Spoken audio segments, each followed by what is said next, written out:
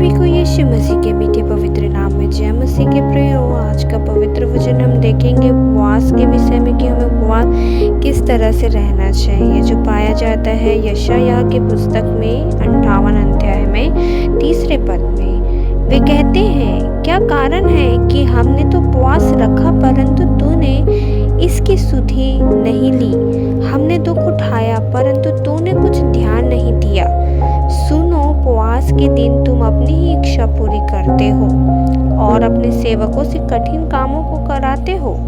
सुनो, तुम्हारे उपवास का फल यह होता है कि तुम आपस में लड़ते और झगड़ते और दुष्टता से घूंसे मारते हो। तो इस तरीके का अगर कोई उपवास रहेगा प्रियो, तो क्या प्रभु उनसे प्रसन्न होगा?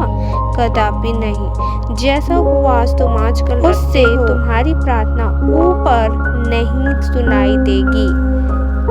जिस उपवास से मैं प्रसन्न होता हूँ, यहाँ पर प्रभु बताना चाह रहे प्रियो कि मैं किस तरह के उपवास से प्रसन्न होता हूँ, अर्थात जिसमें मनुष्य स्वयं को दीन करे, अपने आप को नम्र और दीन बनाना है। क्या तुम इस प्रकार करते हो? क्या सिर को झाऊ के समान झुकाना, अपने नीचे टाट बिछाना और राख फैलाने ही को तुम उपवास और यहोवा को प्रसन्न करने का दिन कहते हो?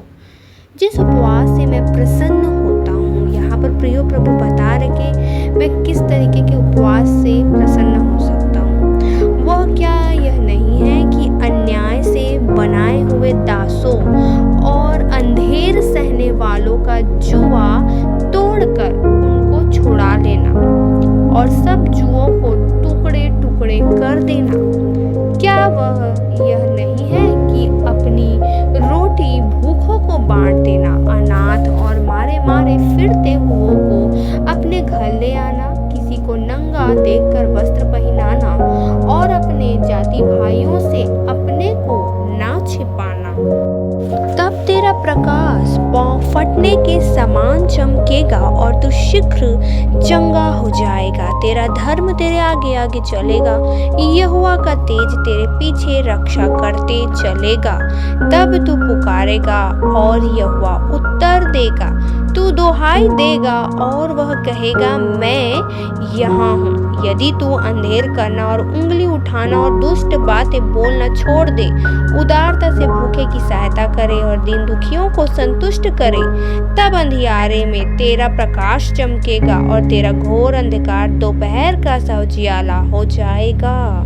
यहोवा तुझे लगातार लिए चलेगा और अकाल के समय तुझे तृप्त और तेरी हड्डियों को हरी भरी करेगा और तू सींची हुई बारी और ऐसे सोते के समान होगा जिसका जल कभी नहीं सूखता। तेरे वंश के लोग बहुत काल के उजड़े हुए स्थानों को फिर बसाएंगे। तू पीढ़ी पीढ़ी की पड़ी हुई नींव पर घर उठाएगा। तेरा नाम टूटे हुए बाड़े का सुधारक और पथों का ठीक करने वाला बढ़ेगा। अगर हम इस तरीके का फास्टिंग करते हैं प्रियो, तो परमेश्वर हमारे लिए ये सारी आशीषों को हम पर उंडेलेगा। उम्मीद है आप सभी को उपवास का ये जानकारी समझ में आया हो। आप सभी को जय मसीह की। God bless you.